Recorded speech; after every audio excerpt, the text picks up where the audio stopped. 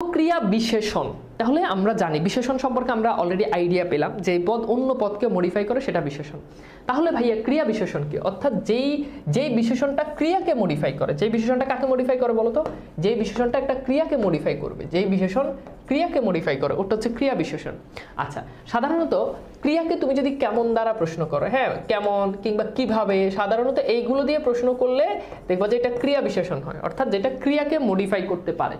চলো আমরা একটু দেখি যে কিভাবে এটা আসলে ক্রিয়াকে মডিফাই করে। ধরো আমি যদি একটা বাক্য বলি যে রকেট অতি দ্রুত চলে, এই একটা বাক্য, রকেট অতি দ্রুত চলে।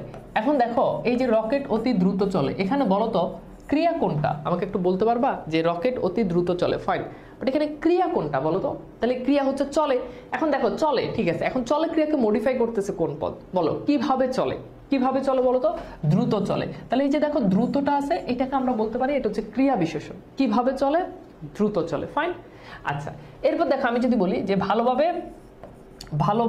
হ্যাঁ ভালোভাবে পড়াশোনা করো, তাহলে দেখো এই যে এখানে দেখো ভালোভাবে পড়াশোনা করো, এখন ক্রিয়া কোনটা? করো। তাহলে কিভাবে করো? এই যে করার ওয়েটা কি? করার ওয়েটা হচ্ছে ভালোভাবে, সুতরাং ভালোভাবেটা হচ্ছে ক্রিয়া বিশেষণ।